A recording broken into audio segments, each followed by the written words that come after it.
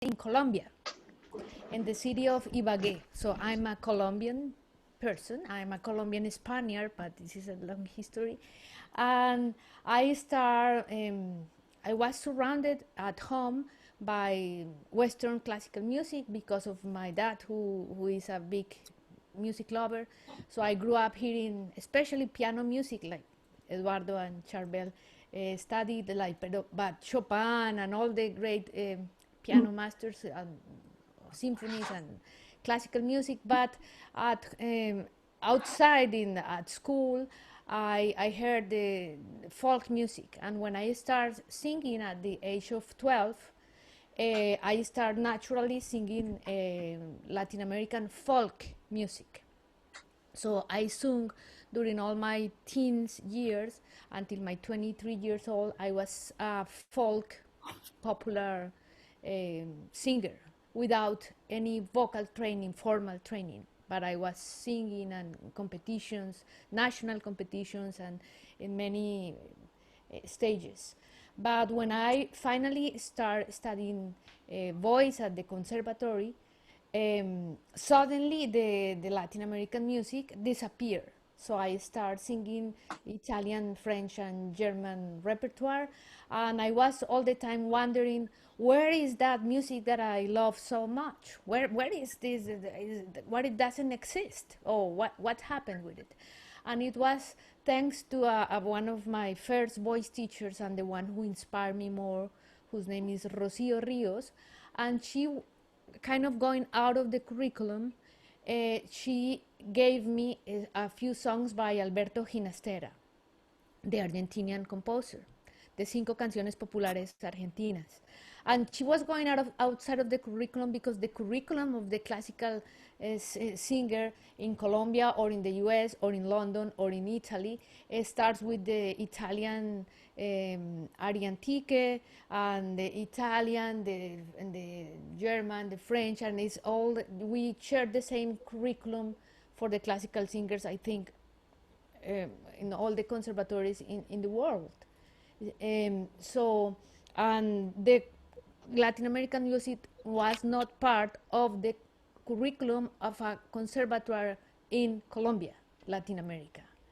So my teacher went outside of that curriculum, broke the rules, and gave me those songs. And when I started singing these Cinco Canciones Populares Argentinas, what I found that was, I was very impressed and happy because finally these two worlds of the classical, Western classical music that I grew up surrounded by, and the world of folk Latin American music on this. Oh, there Oh, is. if I can just ask everybody to just, Sorry, it would be great. is it me? I'm so So no, sorry. that was a moment of joy. So I found this link between these two worlds. The Of church course. bells. Yeah. So the church bells, because it was a moment of finding this passion, because I found that these two worlds connected in some way, and I discovered the music I wanted to sing and a passion. And what happened was that I thought at the moment that it would be very easy to just go to the music store and finding the music. So I went to the music store to look for more art songs by Latin American composers, being in Colombia, and I found nothing. And also when I was there at the store, the people was the music people at the store, they were a little surprised. What are you looking for these things? Kind of implying that it's not music of the same quality of Schubert or Schumann or the music you should be singing as a classical singer. So same happened when I tried to program concerts including this music. The message, not explicit, but sometimes the hidden message was that, oh, you should be better be singing Schubert or Schumann or the standard repertoire, no? So there was lack of value of hidden in all these comments. The people were not proud of their music, not even knowing the music, and so the music fall in a vicious circle that kept it hidden. So the music is not appreciated, so it's never published. If it's not published, it's not performed, not included in the curriculums, not taught, and finally is forgotten. But there are reasons, like historical reasons, social, political reasons, that are the ones who keep this music hidden and underappreciated. So that's what I discovered, and from that moment on, that finding this music and giving life to this music and these composers became my passion and my mission in life. So this is how I came to this repertoire. Thank you, thank you. And I thought if I ask one more question and then I open it to the floor, if anybody wants to ask questions on this very vast topic that I think we're covering at the moment. I mean, one of the things I was aware of was the power and the European powers taking over what was happening in the various countries of Latin America. That was one thing that came across very strongly, and I was very surprised to hear the national anthems, which have got a very sort of European a grand opera influence. Do you think the balance is being redressed slowly, or is it, or do you think there is still more to be done? After 500 years, I mean, I think we have progressed something. We have to have in mind the time frame between 1810 and 1830. Most of the Latin American countries, as we know them now, achieve independence. So from that time on until now, these countries have been developing and building their national identity. But it's a national identity that it makes sense that at the beginning that identity was built looking at the role models that were standing until that moment. The role model was Europe. The social political structures were the one of the Europe, especially Spain and Portugal in Brazil, and Spain for the rest of Latin America.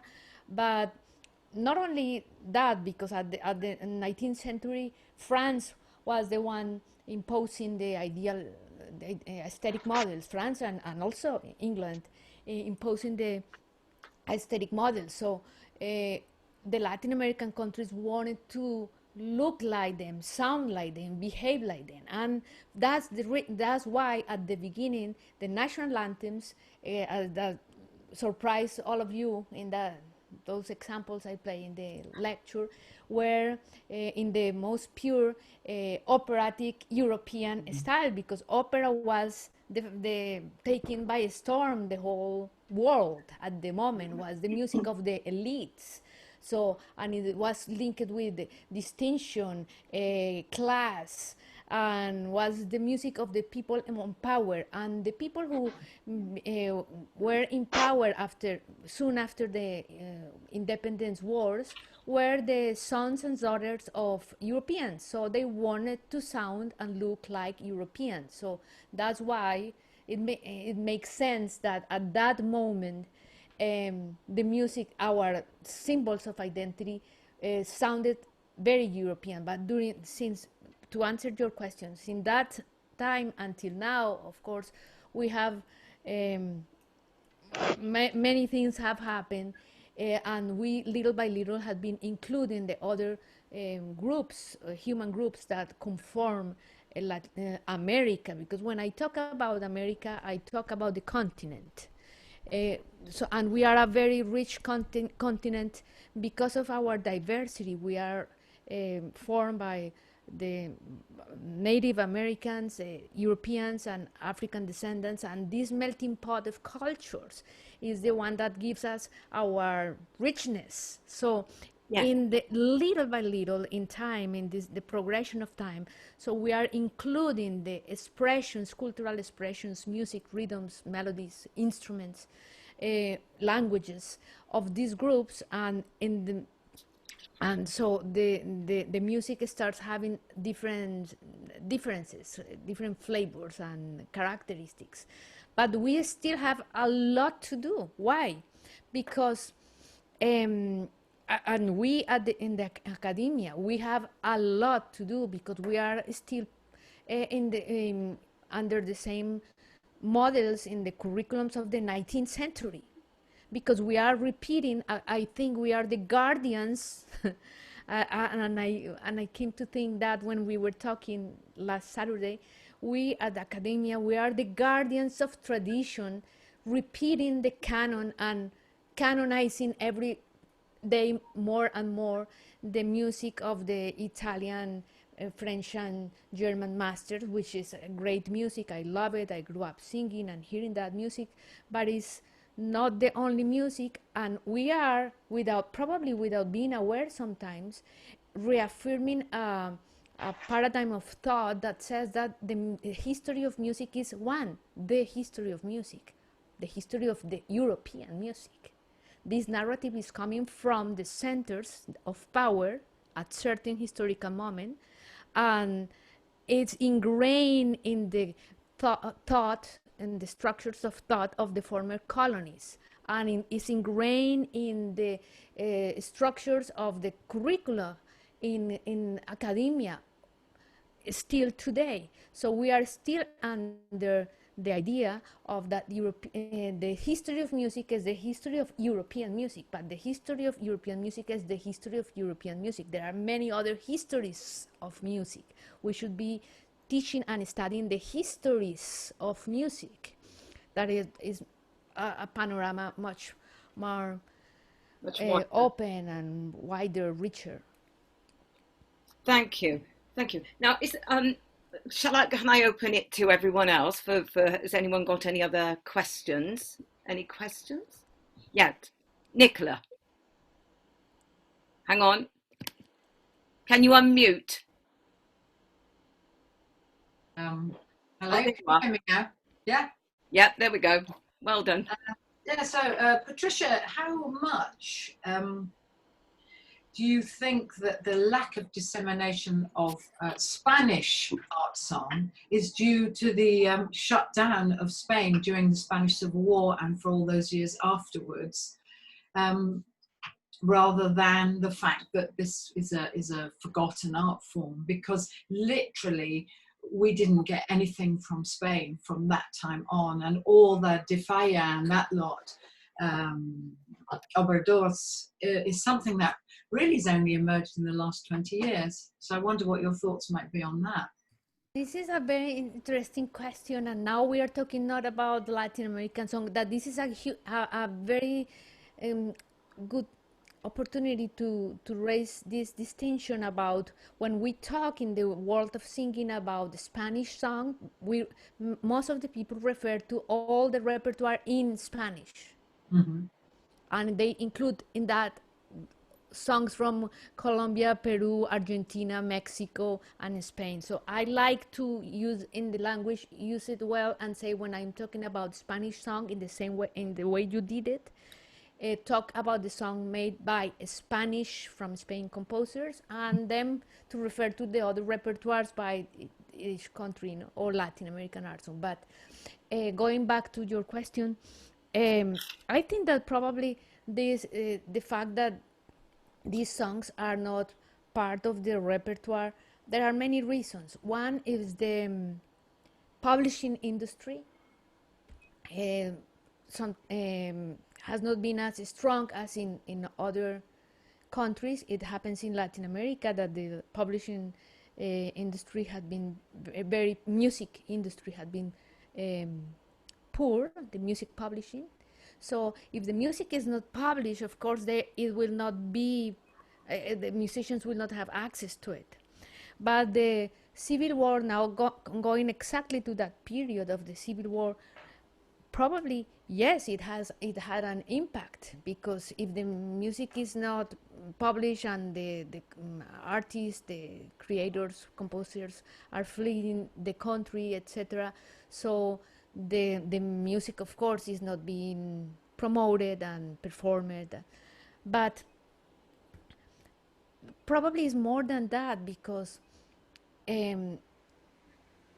Italy and Europe also suffer two wars, during this the 20th century. There were moments, very strong, horrible moments of the recent history in the other countries of Europe, and that music is never stopped being promoted.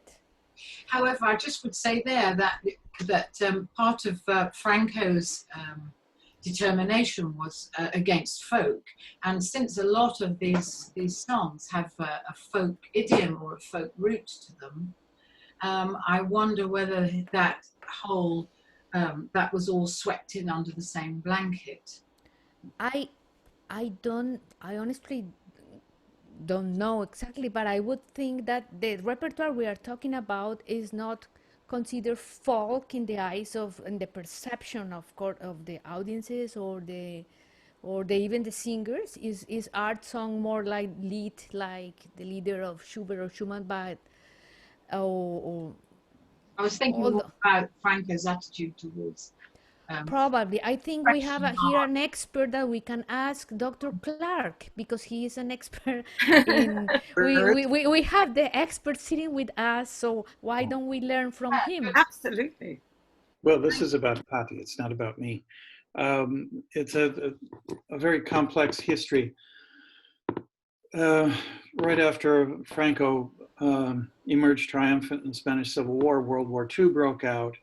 And then Spain went through a period of several years after World War II of isolation and a pariah status internationally because of their association with fascism and so on.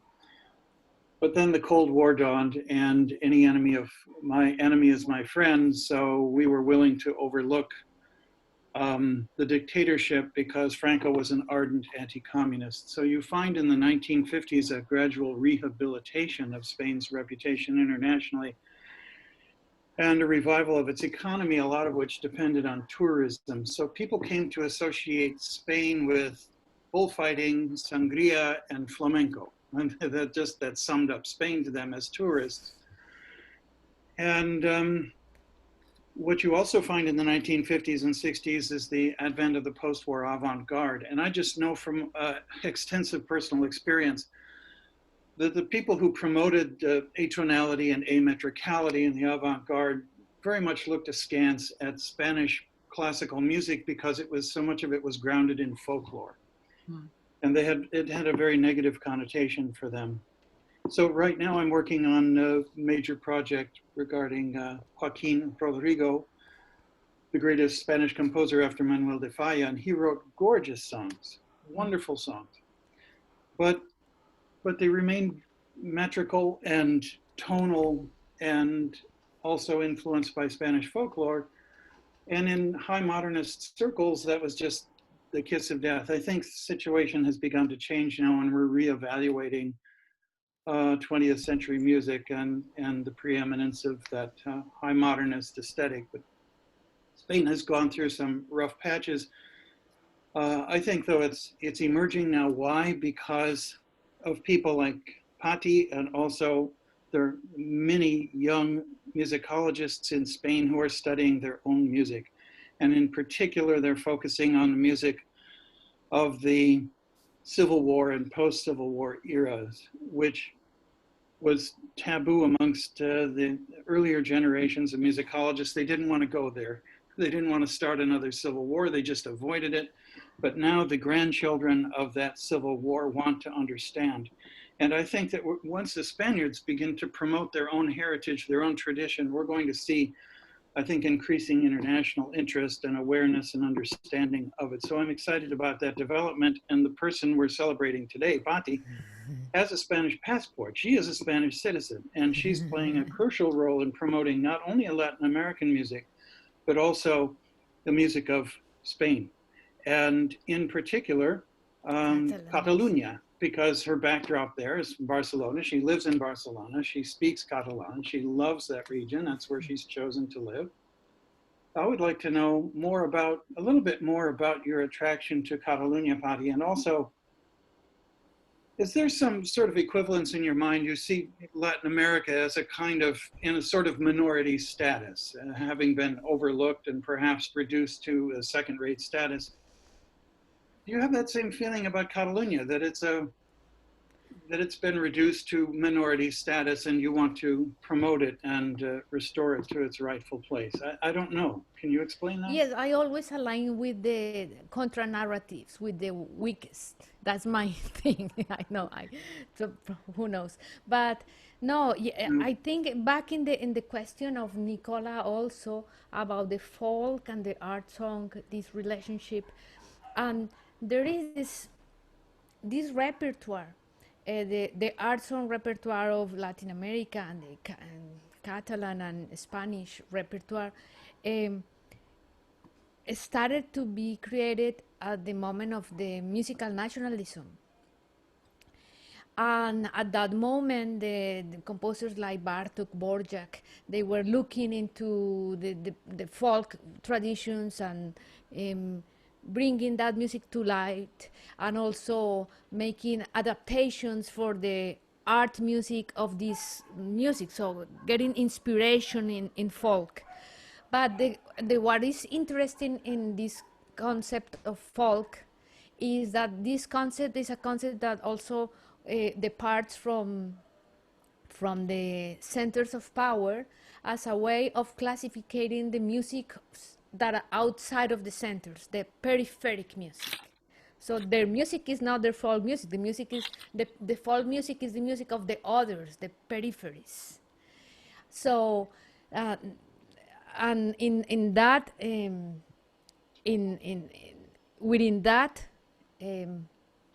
mind frame is that all these repertoires are born, and that's why it's so interesting, because for example in the Latin American music and also in the Spanish music, if you hear the falla or the standards of the folk of the art song, Spanish folk song, you will see that the connection between the folk music and the art music, they are always interweaving. They cannot separate, and it's difficult to sometimes to identify, is this a folk song, is this an art song. So this this definition in your question, Nicola, was kind of hidden this conception of the folk associated with these peripheric peripheric areas, or not central. And Catalan music also is even more neglected, in the sense that is since Catalonia has not doesn't have its own nation state still, so it has been overlooked within the whole panorama of the Spanish music. About Monku, how does what happens with him? Because that's quite a modern style of writing. But you see, the other problem that I would notice was that because so many people went to Paris and France to escape the Spanish Civil War, that a lot of that work was then written in, like Monku, who wrote a huge amount of work in French. And then the boundaries between what kind of composer and what his nationality were become more blurred. But it doesn't happen only to the Spaniards, or not only to the Catalans. In the 19th century, the Mecca, the center of the culture, was Paris. Yes. And many composers from Latin American composers also went to study with Nadia Boulanger. Many generations of composers from the US and from other parts of Europe went to study in Paris. We have to remember that the 7 canciones populares españolas written by Falla were written in Paris, for example. So that was the place where composers were to study. So, and not only the Spaniards, but people from all over the world went there that was the center of power. As let's say in the 20th century, second half of 20th century, people went to New York. So that Paris was the place to go and being trained.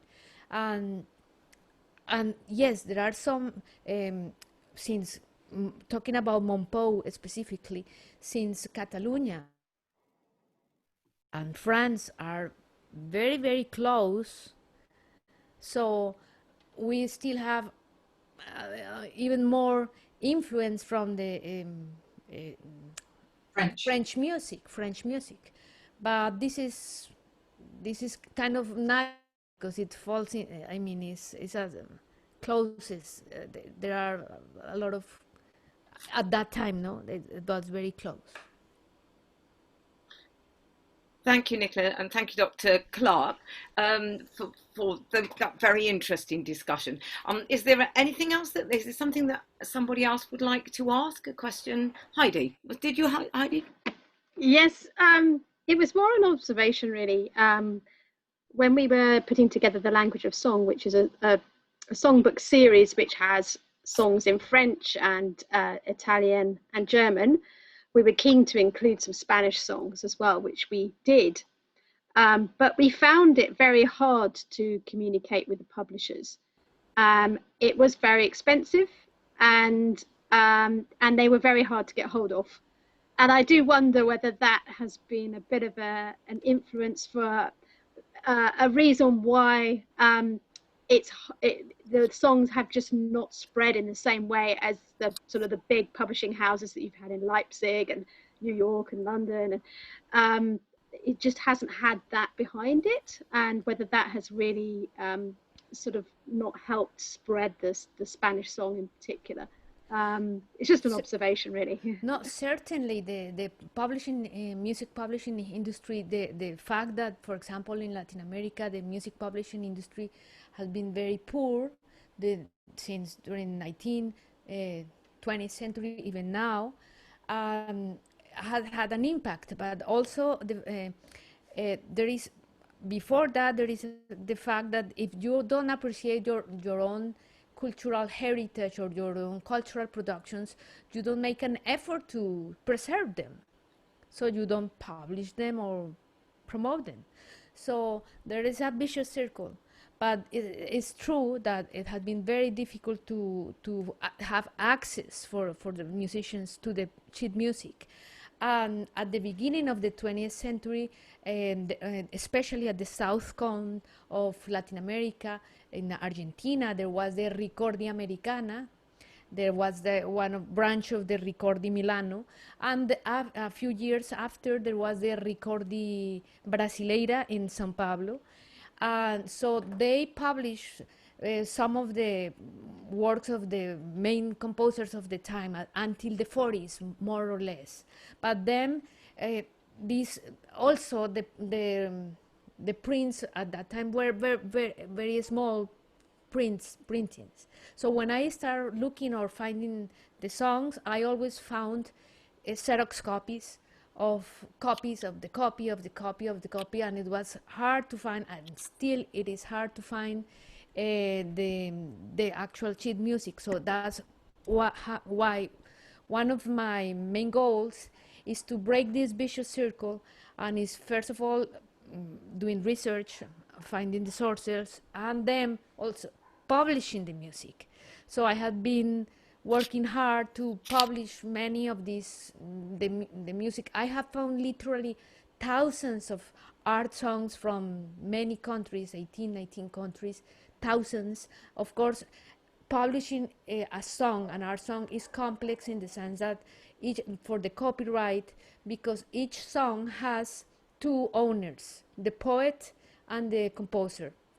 So in order to publish a song, you have to have a contract with the poet and the composer or their legal descendants. So you have to find them. And they are protected until more or less until the 80 years after the death of the last collaborator. So publishing this repertoire that was made between, let's say, the beginning of the 20th century until now, most of this repertoire of Latin American and Spanish art song is still protected or is about to fall into public domain. So that makes very hard, it's a challenge to publish the music, because you have to be detective first, finding the descendants, sign contracts with them, and then publish something that probably will not give you an economic return that is that's in the mind of the publishers, not in my mind, but in the mind of the publishers. That's what happened. So that's why I created my own publisher after publishing the the first book with a publisher here in Barcelona that was many years trying to publish an anthology with 48 songs by 10 different countries. Imagine what it means to go and look for poets and composers or their descendants. So it was 3 years doing that legal part.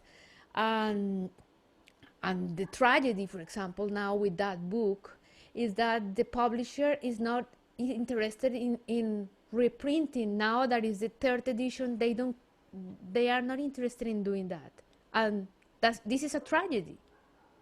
It's a tragedy for the composers and the music, because we need to have the sheet music to be able to bring to life this heritage.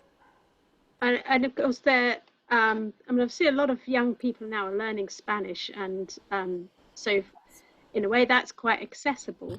But I think the other Latin American languages, and also Catalan itself, which is again different again, I think sometimes people are nervous of trying those languages because they're not quite sure about the pronunciation, and so with publishing, obviously it's how you help that, and I know you've got a whole program of that as well. So, but that's a kind of an important part that goes alongside trying to get these songs to be sung. So with the Spanish, we have an advantage now, or at least we should think in those terms, that it's the second most spoken language in the world right now. And so it's also a very good language for teaching voice, even more singable than Italian, easiest for the teaching of singing. So we as classical singers are taught that Italian is the language, the best language for the student, the easiest for finding the sounds and the vowels, but is even easier the Spanish, because it has only 5 vowels that are always the same. It's very open, so it's a very good language for singing. So for voice teachers, it should be a great resource. So, but since most of us are trained in Italian, French, and German, and have no skills in Spanish or Brazilian Portuguese or Catalan, so I have been also trying to to break the circle, to create the resources, and I created an online course of Spanish diction for singers, and I also created a book of Spanish diction for singers. That is also, these books are for dummies, if I could say, because I made them so easy. Even also the sheet music books, I made them in a way that people have no excuses to not to do it, because they have the IPA, the translation to English, the explanation of the context of the work and the composer and poet. So everything very, very easy. So there is no excuse. Thank you, Heidi. Oh, there you are. I lost you on my screen, Patricia, for a moment. Is it published? Is it your book? You have a whole lovely book that you showed me. Yes, I will stop this background, and I will show you the books, because I'm surrounded by books. That's the real background. Yeah. That's the real the this is home. So let me go for the books here. Because there was one book, and I think it was Mundo Arts that we can look on. Is that correct? Yes. Give me a sec. I bring this for Heidi, because Right. this is Heidi for the diction, and this is the IPA, and it's very practical. And I also, this book, I did it in a way that also from my decolonial point of view, thinking that most of there were 2 or 3 books about Spanish diction for singers, old books, but all of them were teaching the Spanish from Spain, as if that the diction of the Spanish from Spain, as if this would be the only legitimate way to sing the Spanish, which is not true, because in the same fashion that if I'm singing a song by a US composer, I honor this pronunciation of the US English, and it would be ugly if I sing that with an English from England pronunciation. So it's the same thing with the Latin American repertoire and with all the distinctions of the regional distinctions. So this book has these distinctions. And I also created an online course in which I'm speaking, like it's kind of funny course, but also explaining in a very practical way, in the way I learned to sing the repertoire, that was actually in the old-fashioned way, learning the languages. And can you do, I know I'm sure that is on the your presentation, but can you just remind us of the names of the books? Yeah. There are many books. If you go to mundoarts.com, you will find nowadays I have like 10 books. And the last one is a very dear one to me because it's music by women composers. And that's also with the IPA and the translations and the contextualization of the composers and poets. And also there is another composer which Celia Gardiner knows well and loves, that is the composer Jaime León. Is a Colombian composer which is a world-class art song composer. And Jaime León was a great conductor. He was the conductor of the American Ballet Theater Orchestra in New York for many years. He was and of many orchestras in Colombia, and he composed many 38, or I have to say 41, because I found recently 3 more songs by him, and all his songs are amazing because he knew very well the instrument of the singer, and so the poems also very well selected are the poems of the great Colombian poets of the 19th and 20th centuries. And that goes, I'm going back to what Heidi mentioned about the languages, in the sense that the first art songs written by Latin American composers in the beginning of the 19th century, most of those songs were in French, like the songs by Ponce, Eduardo y Charbel. Manuel Ponce was writing in French because he studied in France. So they wrote in French, or even in German, also in Italian. Latin American composers were writing in those languages in the 19th century. But little by little, they start adopting the languages of their own countries, and also vibrating in the same chord with their own poets, so setting to music their own poets, until a glorious moment in the 30s where a composer from Peru, Teodoro Valcárcer, sets to music 31 songs in Quechua and Aymara, and indigenous languages by people of Peru. And also in composers like Salvador Moreno in Mexico, Eduardo y Charbel wrote songs with texts in Nahuatl, the language of the Aztecs. So there are many songs and I have not even started talking about the art song repertoire of Brazil, which is huge. It's big, very big, thousands of art songs by Brazilian composers setting to music Brazilian poets. So there is a huge world of repertoire. it seems to be an amazing wealth, almost more than I mean, a whole new world opened up to me when I was watching it. I have to say, I have to confess my ignorance and say that a whole new world opened up to me, and I sat literally with the map of Latin America on my lap to work out exactly what we were talking about and where we were. If you had to introduce, if we say had a student that we wanted to introduce to a song, and we also wanted to begin by learning ourselves, is there a particular song that you would suggest that would be a really good, because often it's finding the way in? Wow.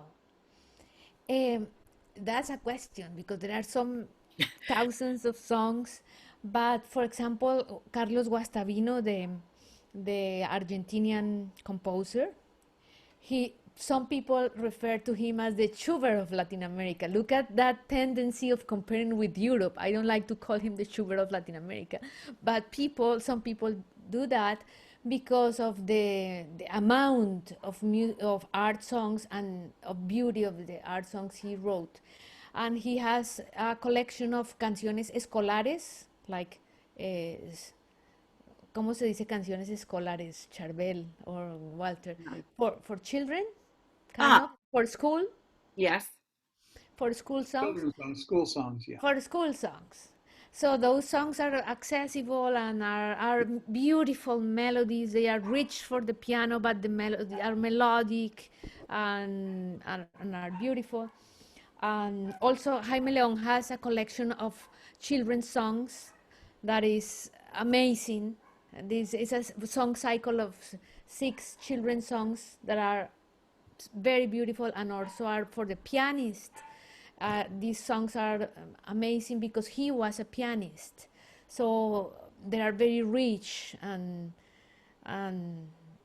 pianists love that repertoire. Can you just give us the names of those composers again? I can write them in the chat. That would be brilliant. Jaime León. And Jaime León, next year we are celebrating his 100th anniversary of his birth. Jaime León, children's songs, and Carlos Guastavino. I always say that actually Schubert was the Guastavino of Austria. Yes, that's the way, Dr. Clark. That validates him. I think, that's the ultimate validation. And you see one thing I'm seeing here with us is also Sahar Hassan. She's a singer from Egypt who lives in the US. Hello. And Sahar is here, and I'm seeing that her picture brings my attention to the fact that in the Iberian Peninsula and therefore in Latin America, we had a big influence of the Arabic culture and music, which is also all the Mediterranean music. We share a lot of traits in music and elements, in rhythmic and melodic elements. So we are all connected. Actually, at the Barcelona Festival of Song, that is this event that I organize every year since 16 years ago, there is the Barcelona Festival of Song. Is a summer program for classical singers who come to study the history and interpretation of this repertoire. So learning the diction of the 3 languages, and also history about the composers and interpreting the music is a full immersion for professional singers and pianists. So we have devoted some years also to study the Sephardic song, the influence of the Arabic song in the Spanish song. We have also have spaces to look at the flamenco music. So because we are the result of all this conversation between cultures along the centuries. Does anyone else have a question? Anything more to ask? Lucy. Oh, Lucy, you need to unmute yourself.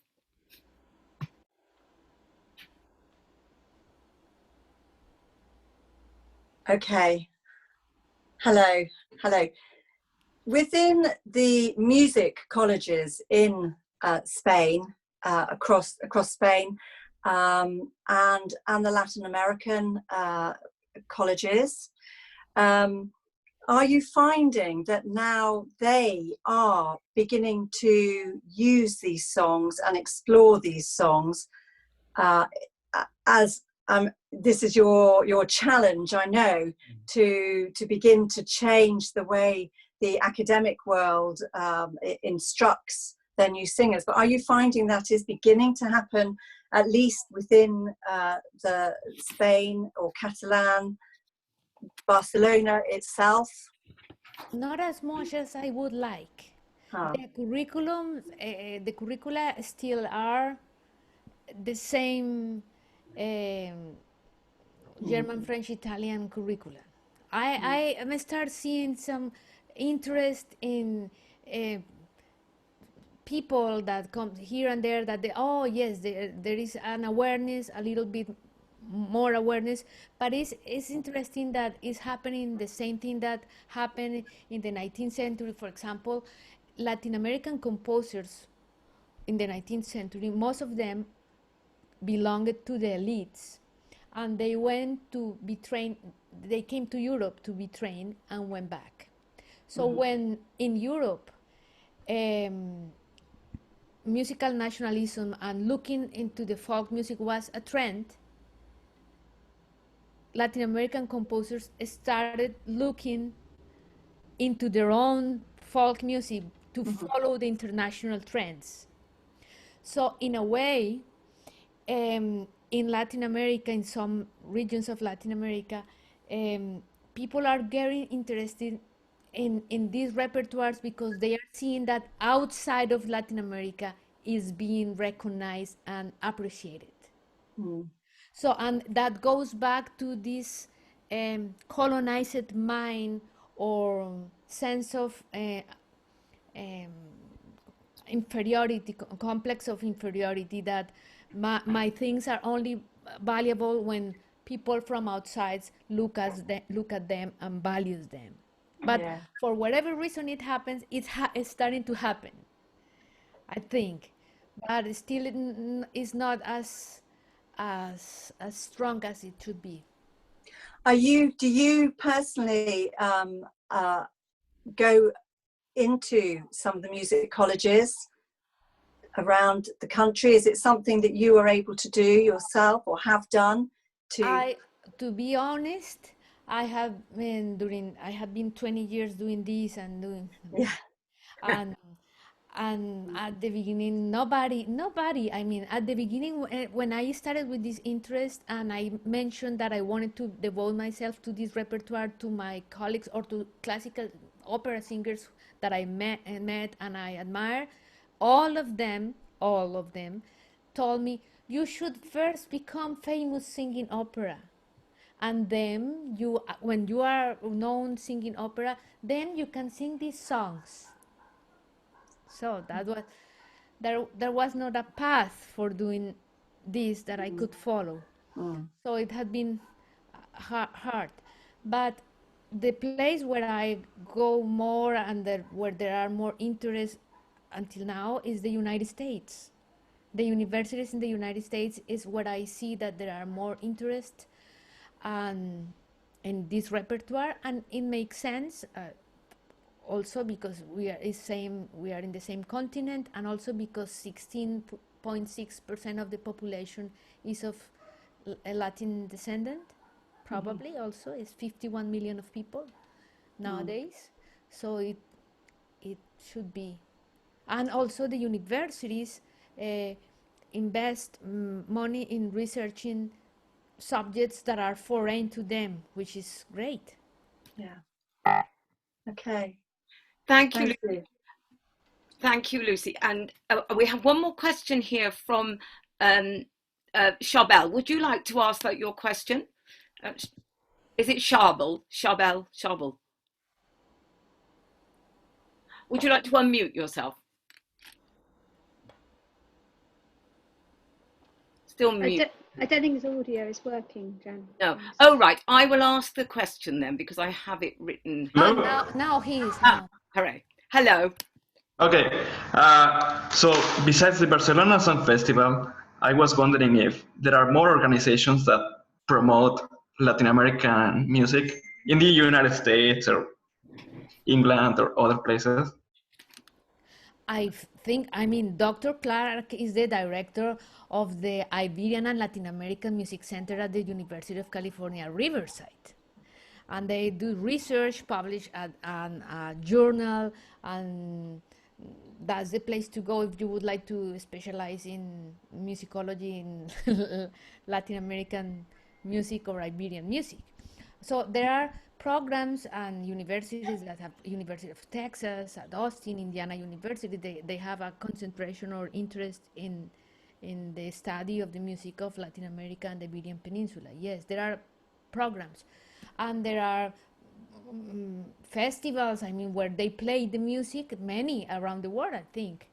But I think the Barcelona Festival is special in the sense that we are concentrated in studying the art song, and not only for me was not enough. I'm not interested.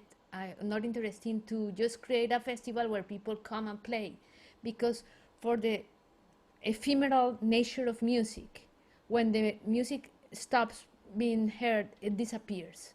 So if we would like to make a revolution, that is what I really try to do, to change these structures. And so we have to first to have a foundation of knowledge of the composer. So it has to be at the same time music being made and training of the teachers, music teachers and performers, to have the context of creation of the music, to not only to perform but also know the context of creation of the music in order to perform it also more accurately. Why? Because I don't know if you as voice teachers, many of you, when a classical singer, many times when they are given a song, they tend to sing that as a German lead, or as a German lead, period. Even if it's a Colombian song or Mexican song or other song, because they think that's the standard and that's how an art song should be sung. And I remember my own teacher, she used to tell me when I was singing German lead, that don't try not to move the body, all your expression has to come from your side, and economy of movements and a way of using the body that is appropriate for the German lead, but that is not appropriate for other repertoires. And we assume that is like that, that is, we can export this way of performing to other repertoires because we think that's the correct way. This is coming from up to down. It's a narrative that comes from up to down. I don't know if it's understood this, from the center of power to the periphery. So the center of power imposed the model, the aesthetic model, and that has to be accepted and implemented in the peripheries. So in music, it is manifest in the way that the Latin American and Spanish music is many times performed as opera or as a German lead in terms of performance practice.